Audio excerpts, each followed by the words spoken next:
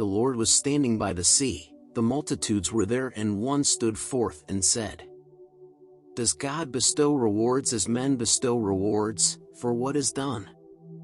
And Jesus said, "Men never know what other men have done, this life is such a seeming life. One man may seem to do a mighty work, and be adjudged by men as worthy of a great reward. Another man may seem to be a failure in the harvest fields of life, and be dishonored in the face of men. Men do not know the hearts of men, God only knows the hearts of men, and when the day is done he may reward with life the man who fell beneath the burdens of the day, and turn away the man who was the idol of the hearts of men." And then he spoke a parable. He said, "The kingdom of the soul is like a man who had a vast estate. And in the morning time he went down to the marketplace to search for men to gather in his grain.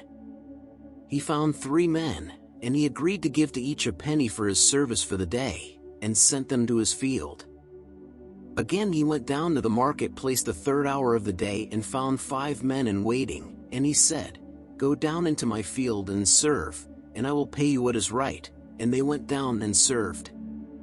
He went again, it was the 6th hour of the day, and 7 men were waiting at the stand, he sent them to the field to serve.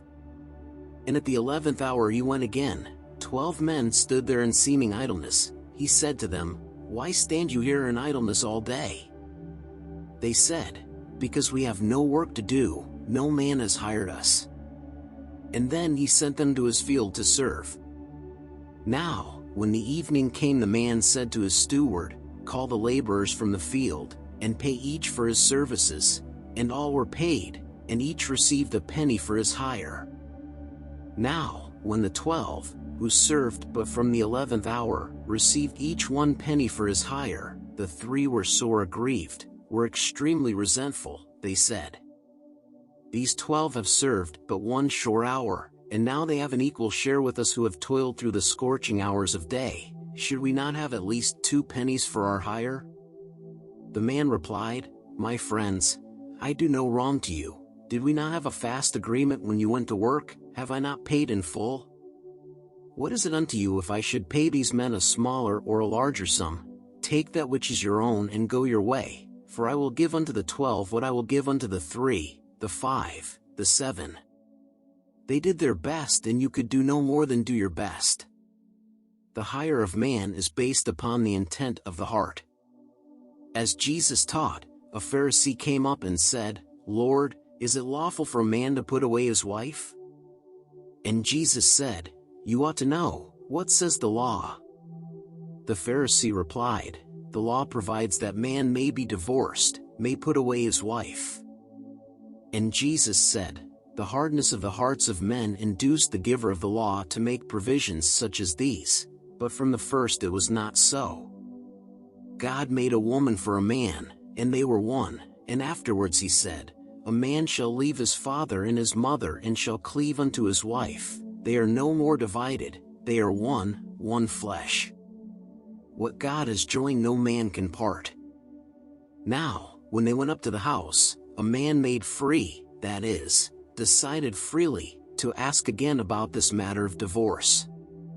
And Jesus said again what to the Pharisee he said, and then he gave the higher law of marriage life. Whoever puts away his wife, except she be a courtesan, a prostitute, and then shall take another wife, commits adultery. The woman who shall leave a man, unless he be a libertine, which is a womanizer, and an adulterer, and then becomes the wife of any other man, commits adultery." And Thomas asked, "What is adultery?" And Jesus said, "The man who harbors lustful thoughts, who covets any woman not his wife, is an adulterer. The wife who harbors lustful thoughts, and covets any man who is not wed to her, is not her husband, is a courtesan, a prostitute. Men cannot make a law to bind 2 hearts. When 2 are bound in love they have no thought of lust, the woman cannot leave the man has no desire to send his wife away.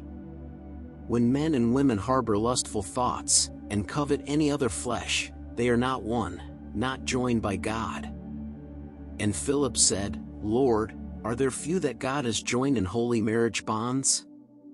And Jesus said, God knows the pure in heart, the lustful men and women are but creatures of the lustful self, they cannot be at one, nor can they be at one with God. Nathanael said, Is it not well that all men should refrain from taking on themselves the marriage vow? And Jesus said, Men are not pure because they are unmarried men, the man who lusts is an adulterer if he has wife or not. And then he said to all, Some things men know by being told, while other things they know not till the gate of consciousness shall open up for them. I speak a mystery that now you cannot understand, but you shall some day understand. A eunuch is a man who does not lust. Some men are eunuchs born, some are eunuchs by the power of men, and some are eunuchs by the Holy Breath, who makes them free in God through Christ. He who is able to receive the truth I speak, let him receive.